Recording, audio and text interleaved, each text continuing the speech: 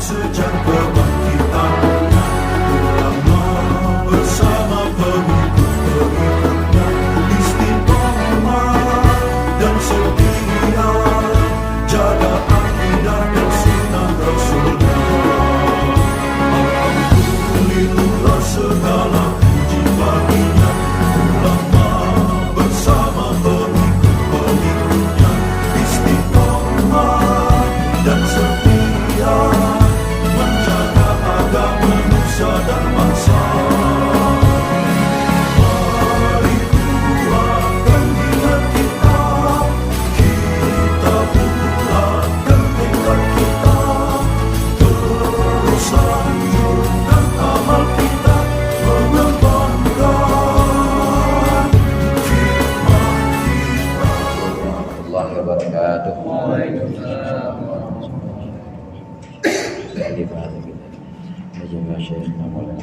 Al-Fatihah.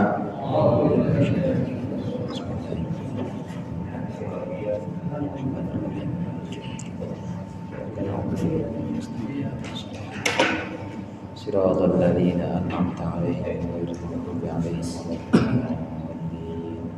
Amin. Bismillahirrahmanirrahim. Alhamdulillah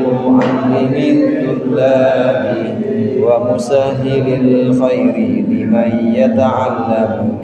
Thumma assalatu wassalamu ala nabi wa alihi wa sahbihi jayu'zamu. Ya Rabbana kaffir 'anna dhunubana wa walidina wa liman huwa muslimu. Nad'uka Allahumma ilman nafi'a min yawmina ilal hisabi yaqumu. Amin amin amin wa ya fattahu. Amin amin amin wa ya alimu. Bismillahirrahmanirrahim. Alhamdulillahilladzi hadana li hadza wa ma kunna linahtadiya laula an hadana Allah. Asyhadu an la ilaha illallah wahdahu la syarika lah wa asyhadu anna Muhammadan abduhu wa rasuluh. Allahumma shalli ala sayyidina Muhammadin abdika wa nabiyyika wa rasulika an-nabiyyil ummi wa ala alihi wa sahbihi wa sallim taslima bi qadri 'azamati dzatika fi kulli waqtin wa hin. Amma ba'du. Para ustaz, para hujjaj, para sesepuh dan segenap jamaah masjid majlis mujahidin yang berbahagia, alhamdulillah sore hari ini, malam hari ini kita berkumpul kembali untuk melanjutkan pengajian kitab Ta'limul Muta'allim sampai di halaman 12 ya. Halaman berapa Ustaz? Halaman 12 sekarang yang Amman kaifa yakhtimu amruhu itu ya, masih tentang pasal iya niat, pasalnya masih tentang pasal niat. Halaman 12 itu syair. Pada pembahasan yang lalu, orang yang bergelut dengan ilmu, terutama orang alim itu harus punya sifat tawadhu. Tawadhu itu berbeda dengan madillah atau dhillah. Dalam Al-Quran disebutkan duribat alaihimud dhillatu ainama thuqifu. Di mana saja orang-orang ahlul kitab itu berada, mereka akan ditimpakan kehinaan. Dhillah ini kehinaan. Orang-orang alim, orang-orang yang bergelut dengan ilmu, yang kita ini pada ngaji semua, ini kan orang-orang alim semua ya. Kalau enggak alim ya muta'alim, kalau enggak alim ya orang yang belajar. Ini harus menjauhkan sifat rendah. Kenapa? Karena yang kita bawa, yang kita gembul kemana-mana itu kan ilmu. Udah jadi image Ustadz Hadi, ya udah jadi image, ngajar image-nya. Ada RT Herman udah jadi image ketua panitia maulid lagi. Coba kalau ketua panitia maulid nyawer kan gak pantas banget. Nah itu yang namanya madillah atau dillah. Ini jangan sampai ada pada diri kita orang-orang yang memang ngaji. Kemudian ada dillah atau kehinaan, ada tawadhu. Tawadhu ini antara kehinaan dengan takabur. Jadi takabur kita nggak boleh, kebangetan tinggi, terlalu tinggi memberikan nilai terhadap diri kita sendiri, nggak boleh takabur. Tapi terlalu rendah merendahkan kita sehingga ilmu juga jadi rendah, itu juga nggak boleh. Antara dua, antara tawadu, antara takabur dengan dillah atau kehinaan, ini ada yang namanya tawadu. Tawadu inilah sifat-sifat orang ilmu, sifat-sifat orang alim, sifat-sifat orang yang bergelut dengan ilmu. Yang sudah kita bacakan di pertemuan yang lalu itu syair yang digubah oleh Syekh Ruknuddin Al-Ma'ruf bil Adi bil Mukhtar, yaitu seorang alim, seorang ustadz yang dikenal dengan Al-Adi bil Mukhtar atau penyair yang terpilih. Di sini syairnya nih, saya baca dari awal syairnya.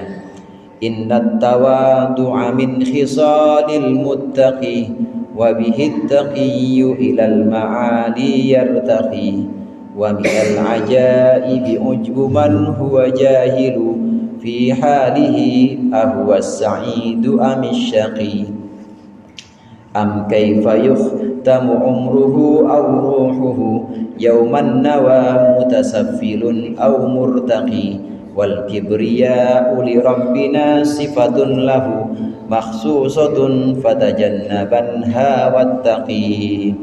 Ini syair tentang tawadu. Innat tawadu'a min khisal muttaqi. Sesungguhnya yang namanya sifat tawadu itu tidak merendah banget ya tidak, tapi takabur juga enggak namanya tawadu. Jadi proporsional kalau kata orang sono, sesuai dengan porsinya masing-masing. Sesungguhnya tawadu itu adalah sifat-sifat orang yang bertakwa. Wa bihi taqiyyu ilal ma'ali yartaqi. Dan dengan sifat tawadu tersebut orang yang bertakwa itu naik kepada tempat yang tinggi. Ilal ma'ali yartaqi, pada tempat-tempat yang tinggi dia itu naik. Wa minal ajaibi ujbu man huwa jahilu. Dan termasuk sesuatu yang ajib atau yang mengherankan, ujbu man huwa jahilu, yaitu ujubnya seseorang yang sebenarnya orang tersebut jahilun, tidak tahu, fi halihi, dalam keadaannya, ahwa sa'idu amish syaqi, apakah dia termasuk orang yang selamat atau orang yang celaka. Tawadu, kenapa kita harus tawadu? Karena kan kita belum tahu ujungnya kita, finishnya gimana nih kita, finishnya nih, apakah finishnya kita nanti husnul khotimah, apakah finishnya kita nanti ya sebaliknya su'ul khotimah, naudzubillah. Kenapa kita harus tawadu? Kita harus tidak boleh terlalu pede, kebangetan pede bahwa amal kita itu bisa menyelamatkan kita, karena ujungnya kita belum tahu. Ujungnya kita belum tahu. Orang-orang tua kita dulu mah udah ketahuan. Ya, orang yang ngaji kemudian meninggalnya husnul khotimah. Nah, kita nih gimana? Inilah yang merupakan bahan pendorong kita supaya kita tawadu. Karena masing-masing dari kita belum tahu apakah kita nanti asyaqi, orang yang celaka, atau as-sa'id. Maka kata penyair di sini, saya heran sama orang-orang, katanya. Wa minal ajaibi ujbuman huwa jahilun. Saya heran sama orang yang ujub, sama orang yang takabur terhadap dirinya sendiri, padahal dia nggak tahu nanti ujungnya bagaimana. Maksudnya nyindir kita juga ini. Nyindir kita kalau kita ada sifat ujub. Saya mah ngaji kayaknya pasti husnul khotimah. Lah, belum tentu. Ada orang masih di maghrib kadang-kadang masih pada main kartu. Itu mah orang husnul khotimah, belum tentu juga. Belum tentu, nggak boleh kita ujub. Nggak boleh kita ujub pada apa yang sudah kita capai hari ini. Belum tentu orang yang sekarang masih belum ngaji itu nanti ujungnya lebih buruk dari kita, belum tentu. Begitu juga kita yang ngaji ini belum tentu juga ujungnya lebih baik dari mereka. Pokoknya semuanya serba misterius, sebab jadi misteri yang namanya akhir. Namun hadirin, yang perlu kita biasakan di sini adalah amalan-amalan baik, karena biasanya Allah mengumpulkan orang-orang nanti di padang mahsyar. Allah mengumpulkan kita sesuai dengan keadaan saat kita mati. Nah, keadaan kita saat mati itu bagaimana? Keadaan saat kita mati ini sesuai dengan kebiasaan kita. Kalau kebiasaan kita ngaji, maka kebiasaan kita nanti ketika meninggal itu insya Allah pulang ngaji. Amin apa? Amin. Mau emang tar? Entar-entaran dah maksudnya. Kalau kebiasaan kita memang sedekah, maka insya Allah waktu kita meninggal itu kita masih mudawamah, masih ngebiasain sedekah Jumat berkah, atau kita punya kebiasaan tiap hari ngasih bocah 5.000 bocah lagi lewat aja dikasih itu, atau punya kebiasaan baik yang lain. Kita biasa sunnah qabliyah ba'diyah. Biasanya Allah mencabut nyawa seseorang sesuai kebiasaannya. Kalau kebiasaan ngaji, insya Allah nanti dalam keadaan ngaji. Amin. Atau minimal lagi niat pengen ngaji nih, ini malam Minggu, besok pengen ngaji malam Senin, besok pengen ngaji malam Selasa di majelis anu. Ada niat begitu, meninggal husnul khotimah insya Allah. Balik lagi, meskipun begitu nggak boleh yang namanya takabur, nggak boleh kita yang namanya ujub. Kata penyair di sini, saya heran orang yang bangga, orang yang takabur, padahal dia belum tahu nanti ujungnya itu termasuk orang yang selamat husnul khotimah atau termasuk orang yang celaka suul khotimah. Maka tidak boleh kita ujub, tidak boleh kita takabur. Am kaifa yukhtamu umruhu wa ruhuhu, atau bagaimana diselesaikan, yuhtamu itu dihatamkan, bagaimana dihatamkan umurnya, ruhuhu atau ruhnya, yauman nawa pada hari kerusakan, maksudnya yaumal wafat pada hari kematian. Mutasaffilun, apakah dia termasuk orang-orang yang rendah, au murtaqi atau orang-orang yang naik, orang-orang yang turun atau orang-orang yang naik. Kita sama-sama belum tahu nanti di ujungnya apakah penghabisan umur kita di akhir hayat kita ini, ketika kita meninggal kita mutasafil, turun derajat kita, atau murtaqi, naik. Ada dua istilah di sini hadirin. Yang pertama mutasafil. Mutasafil itu dari kata asfala safilin. Laqad khalaqnal insana fi ahsani taqwim tsumma radadnahu asfala safilin. Mutasafil turun, degradasi ya. Jadi turun dari grade-nya itu. Grade-nya tinggi, manusia kan tinggi, punya akal. Nah, tapi kata Allah, tsumma radadnahu asfala safilin. Gimana kita supaya enggak turun mutasafil? Gimana kita supaya enggak ambles ke bawah, merosot? Bagaimana? Yaitu illal ladzina amanu wa amilus solihati falahum ajrun ghairu mamnun. Itu orang-orang yang beriman, beramal soleh, kemudian beramal soleh, maka itu adalah orang-orang yang memiliki ganjaran besar. Falahum ajrun ghairu mamnun. Amal soleh seperti sholat jamaah, ngaji, sedekah, nyumbang masjid, itu amal-amal soleh yang didasari dengan iman, maka insya Allah itu akan membuat kita murtaqi. Murtaqi itu naik. Kata-kata ruqyah, ruqyah itu artinya naik. Ruqyah itu bisa punya arti doa, bisa juga punya arti naik. Walan nu'mina liruqiyika. Dan di Al-Quran disebutkan kami tidak akan iman kepada naiknya engkau. Nah, ruqiyun di sini artinya naik. Kita belum tahu, setiap orang belum tahu apakah nanti umur kita di akhir hayat ini kita termasuk orang yang turun derajat asfala safilin atau orang yang naik derajat.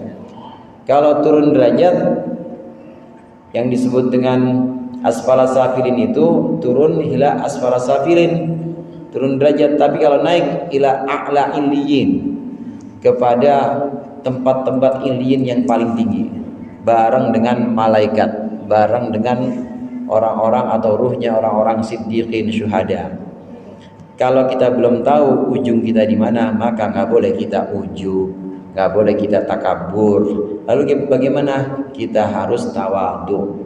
Tawadhu yang benar ya, bukan tawadu. Tawadhu. Kalau tawadu, tahu warna duit. Tawadu. Kalau ini tawadhu. Tawadhu itu pertengahan antara takabur dengan madillah, antara sombong, tinggi hati dengan hina. Itu tengah-tengah ada yang namanya tawadhu. Kita harus tawadhu, tidak boleh sombong. Ditambahkan di sini oleh penyair, wal kibriya'u li rabbina sifatun lahu. Dan sungguh yang namanya kibriya, yang namanya kebesaran, takabur, li rabbina, bagi Tuhan kami itu adalah sifatun lahu, sifat untuk Rabbina, sifat untuk Tuhan kami, makhsusatun yang khusus. Fatajannabanha, maka benar-benar jauhkanlah olehmu akan sifat kibria. Wattaqi, dan hendaklah engkau bertakwa. Takabur kadang-kadang disebut dengan al-kibria. Untuk sifat al-kibria ya, untuk sifat yang ada pada zat Allah itu memang sifat khusus. Jamaah rahimakumullah, di antara sifat-sifat Allah itu ada yang boleh dipakai untuk makhluk, memang Allah berikan, dan ini sifat-sifat yang majazi, bukan hakiki. Hakikatnya semua punya Allah. Kita sayang nggak sama anak kita? Sayang. Maka sifat sayang itu adalah majaz, Allah pinjamkan kepada kita. Allah pinjamkan kepada kita supaya orang tua sayang sama anaknya. Bukan cuma orang tua sama anak, hewan sama anaknya itu juga sayang. Itu namanya sifat rahmah, sifat sayangnya Allah majazi, dipinjamkan. Secara hakiki yang punya cuma Allah. Sifat Rahman, kemudian juga sifat Rahim yang semuanya dari kata rahmah. Kemudian sifat Alim yang punya ilmu. Kadang-kadang orang yang memang punya ilmu, kiai, ulama, kadang-kadang disebut dengan alim. Ini dipinjamkan sifat secara majazi, dia adalah orang yang berilmu. Tapi secara hakiki yang punya ilmu siapa? Allah cuma. Ada sifat-sifat Allah yang boleh dipakai untuk makhluk karena memang Allah kasih. Tapi ada dua sifat yang nggak boleh dipakai untuk makhluk. Ini di sini disebut satu, al-kibria namanya. Kibria itu kiber itu besar. Al-kibria kalau pura-pura besar namanya takabbaro itu merasa besar. Nah kalau kibria ini memang besar. Sifat kebesaran ini kata penyair sifatun makhsusatun li Rabbina, sifat besar atau sifat maha besar ini hanya milik Allah. Nggak ada yang boleh pakai sifat ini, nggak ada yang boleh mengenakan sifat ini. Ada dalam hadis qudsi itu, saya bacakan di sini. Al-kibriya'u ridai wal 'azamatu izari faman naza'ani wahidan minhuma qadhaftuhu finnar. Ini hadis qudsi. Kata Allah, kebesaran itu adalah selendangku. Kebesaran adalah selendangku, keagungan itu adalah pakaianku.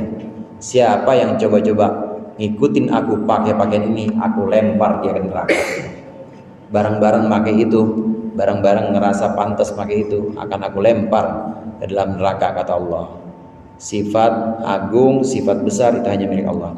Memang hadirin, dari secara logikanya nggak mungkin orang yang namanya sarungnya opal saya pakai, dipakai berdua mungkin nggak? Serimpet jalannya. Ya orang itu sarung cuma satu, punya opal saya pakai berdua, serimpet. Maka nggak boleh. Begitu juga ini kibria, juga azamah, sifat besar, sifat agung itu adalah sifat khusus buat Allah. Khusus buat Allah, nggak boleh dipakai sama makhluk. Sifat-sifat yang lain boleh dipakai, tapi dua sifat ini nggak boleh. Siapa orang yang mengenakan pakaian ini, pakaian kebesaran Allah, yaitu maha besar dan juga maha agung, dia pakai, maka kata Allah, aku lemparkan dia ke neraka. Karena memang nggak pantas hadirin. Yang namanya makhluk itu semuanya rendah. Yang namanya makhluk semuanya kecil, nggak ada yang besar. Ya kecil ya nggak pantas jadi besar. Yang namanya makhluk semuanya itu kurang. Yang namanya kurang ya nggak pantas jadi agung, azim itu nggak pantas. Al-kibriya'u ridai wal 'azamatu izari. Kebesaran itu adalah selendangku dan keagungan adalah pakaianku. Faman naza'ani wahidan minhuma qadhaftuhu minnar. Siapa yang ikut aku atau siapa yang mencoba menantangku dengan dua sifat itu, maka aku lemparkan dia ke neraka. Jadi bagaimana orang alim? Orang alim harus tawadhu. Takabur nggak boleh, tapi rendah juga nggak boleh. Karena kalau orang alim rendah juga ditindas, saudara. Nggak boleh jadi orang alim rendah, ya, jalan bongkok-bongkok gitu ya di depan lurah. sama lurah cium tangan bolak-balik, atau sama camat, sama gubernur, sama presiden, nggak boleh. Harus punya izzah atau harus punya harga diri. Harga diri. Kalau saya cium tangan sama saya ini, cium tangan sama Abi Yani, mau coba kan tuan beliau, mendingan saya ketahuan cium tangan begitu. Karena umur gitu ya, karena umur atau karena alim boleh. Tapi kalau karena kejabatannya, karena kedudukannya, apalagi di pemerintahan, nggak boleh. Kalau kita mau hormat, ya hormat biasa aja. Orang alim itu nggak boleh kelihatan kecil, harus punya izzah atau harus punya harga diri. Tapi nggak boleh sombong juga, karena kalau sombong itu pakaiannya Allah. Kalau sombong, Allah lempar di neraka. Jadi gimana tengah-tengah itu? Tengah-tengah itu tawadhu. Dia ada di setengah-tengah, tidak merendah juga sehingga diinjek-injek orang, tidak takabur juga sehingga nanti dilempar ke neraka. Jadi ada di tengah-tengah. Qala Abu Hanifah, berkata Imam Abu Hanifah rahmatullah alaihi li ashabihi kepada para murid-muridnya. Sahabat yang dimaksud di sini murid, azimu amaimakum wa wasi'u akmamakum. Agungkanlah imamah kalian, sorban yang dililit kepala namanya imamah. Wa wasi'u akmamakum, dan luaskanlah akmamakum, lengan tangan kalian atau jubah-jubah kalian. Wa innama qala dzalika, dan hanyalah mengatakan itu Imam Abu Hanifah li alla yustakhaffa bil ilmi wa ahlihi, supaya tidak direndahkan siapa bil ilmi, ilmu, wa ahlihi, dan ahlinya ilmu. Imam Abu Hanifah pesan kepada murid-muridnya. Imam Abu Hanifah ini termasuk gurunya Imam Syafi'i tapi tidak langsung, karena Imam Syafi'i begitu pergi dari Madinah pamit dengan Imam Malik guru Imam Syafi'i juga, guru Imam Syafi'i. Kemudian Imam Syafi'i ingin pergi ke Baghdad waktu itu, ingin pergi ke Irak, ke Baghdad, pengen berguru kepada Imam Abu Hanifah, tapi sampai sana nggak ada, sampai sana udah meninggal. Tapi berguru kepada muridnya Imam Abu Hanifah yang paling alim. Jadi tidak secara langsung. Imam Abu Hanifah usianya ya sepantaran dengan Imam Malik. Di antara empat itu Imam Abu Hanifah sama Imam Malik ini nggak terlalu jauh umurnya, jadi satu angkatan dah. Nah di bawahnya Imam Syafi'i muridnya. Nah di bawahnya lagi Imam Ahmad bin Hambal. Imam Ahmad bin Hambal ini muridnya Imam Syafi'i. Kalau Imam Malik, Imam Syafi'i kaya saudara, kaya. Imam Malik itu biasa kalau kedatangan murid-muridnya, termasuk pernah satu hari kedatangan Imam Syafi'i. Kemudian Imam Syafi'i ngelihat itu kuda cakep-cakep banget guru. Kalau sekarang mobil ya, itu ada Pajero, cakep banget Pajero itu guru. Ada Alphard, ya udah ambil atuh. Kata Imam Malik, ambil atuh buat kamu pulang. Tapi waktu itu kuda. Kata Imam Malik, boleh ambil satu aja. Loh enggak, buat guru aja.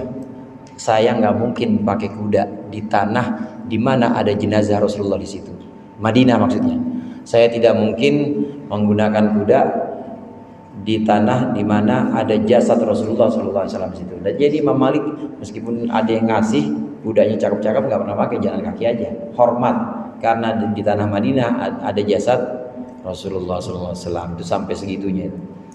Imam Malik kaya, Imam Syafi'i juga kaya. Imam Syafi'i kalau sedekah itu ya sama orang jagain dulu, ada juga dulu hammam, kamar mandi, toilet ada penjaga juga. Kalau mau sedekah ya sedekah 500 dinar ya kira-kira nggak banyak dah, paling 5 juta gitu. 5 juta. Nah kalau Imam Abu Hanifah lebih ini, tidak kelihatan dari riwayat-riwayat atau dari hikayat-hikayat yang menceritakan tentang Abu Hanifah. Ini benar-benar tidak kelihatan kayanya. Jadi kalau ada orang ngasih apa-apa, nggak mau dia. Ini Imam Abu Hanifah. Nolak terus Imam Abu Hanifah. Pernah satu waktu Imam Abu Hanifah itu dikasih oleh gubernur, mungkin cara sekarang ya, gubernur pada waktu itu. Kemudian sampai beliau meninggal itu peti nggak dibuka-buka, isinya duit semua tapi nggak dibuka-buka, nggak mau. Sampai akhirnya meninggal dan ada surat di situ, anaknya kemudian baca, balikin duit ini ke khalifah siapa gitu, saya lupa. Balikin ini Imam Abu Hanifah. Sangat anti menerima pemberian dari pemerintah Imam Abu Hanifah ini. Imam Abu Hanifah pesan kepada murid-muridnya, meskipun begitu, meskipun hidupnya Imam Abu Hanifah itu ya tidak kelihatan kaya atau glamor, tetap Imam Abu Hanifah bilang, azimu amaimakum. Kalau pakai imamah, kalau pakai sorban, ayo gede-gedean, nggak apa-apa.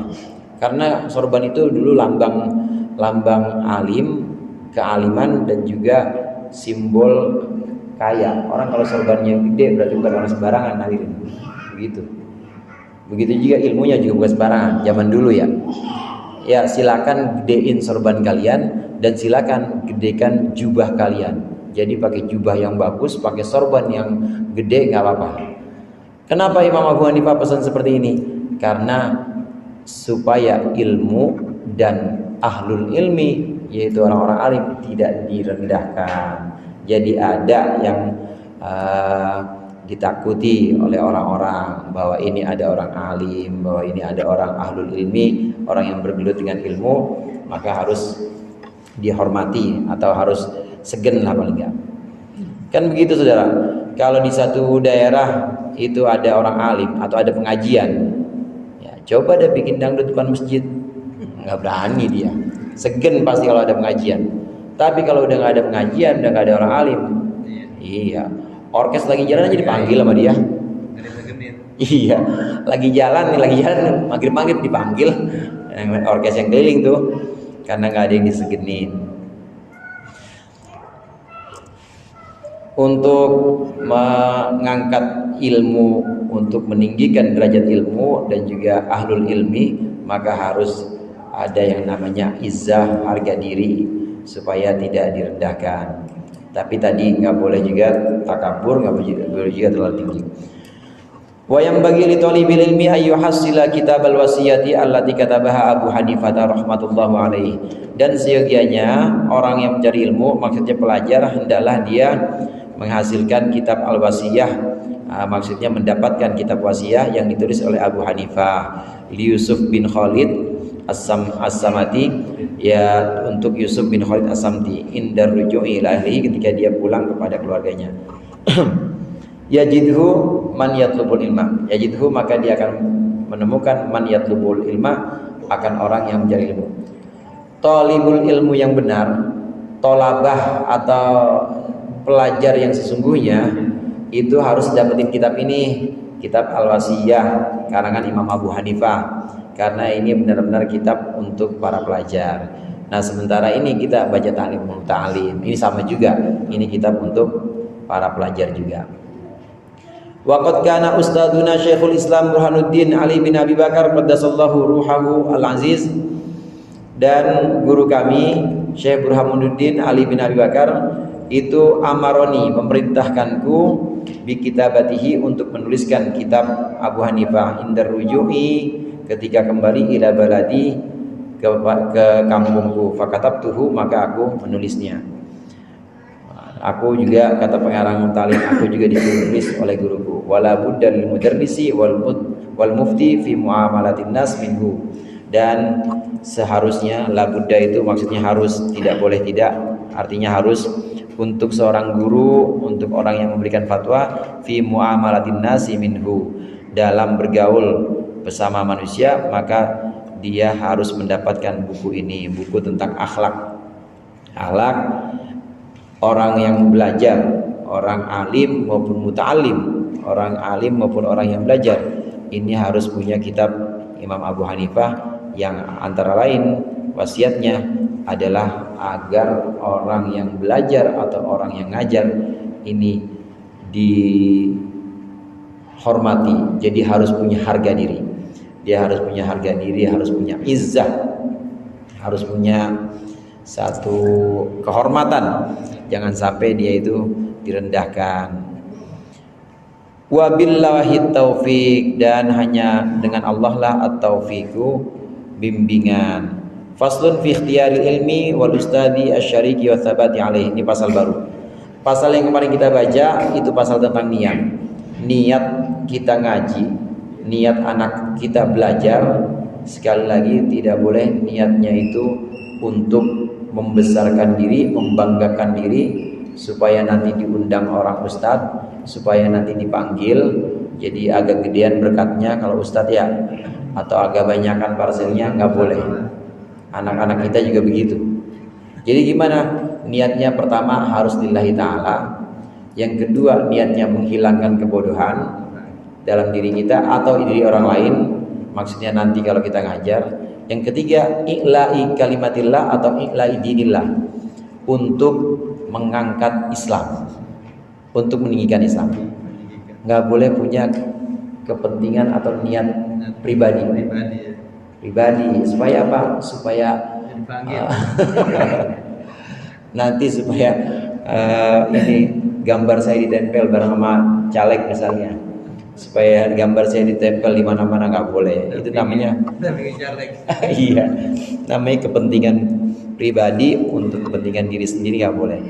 Harus lillahi ta'ala. Nah di samping lillahi ta'ala harus niat-niat yang baik tadi untuk Islam, meninggikan Islam.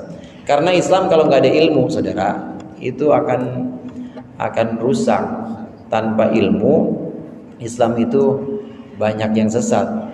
Ngakunya Islam tapi nggak pakai ngaji, ya akhirnya sholatnya mana aja kan. Yang ada ilmunya ya sholat apa aja. Kemudian nggak ada ilmunya, ngakunya udah kenal Allah, padahal Jumatan juga nggak pernah. Yang kayak begitu bahaya, karena nggak ada taklim, nggak ada ilmu. Niatnya untuk menjaga Islam, untuk menghilangkan kebodohan. Yang seperti ini memang boleh.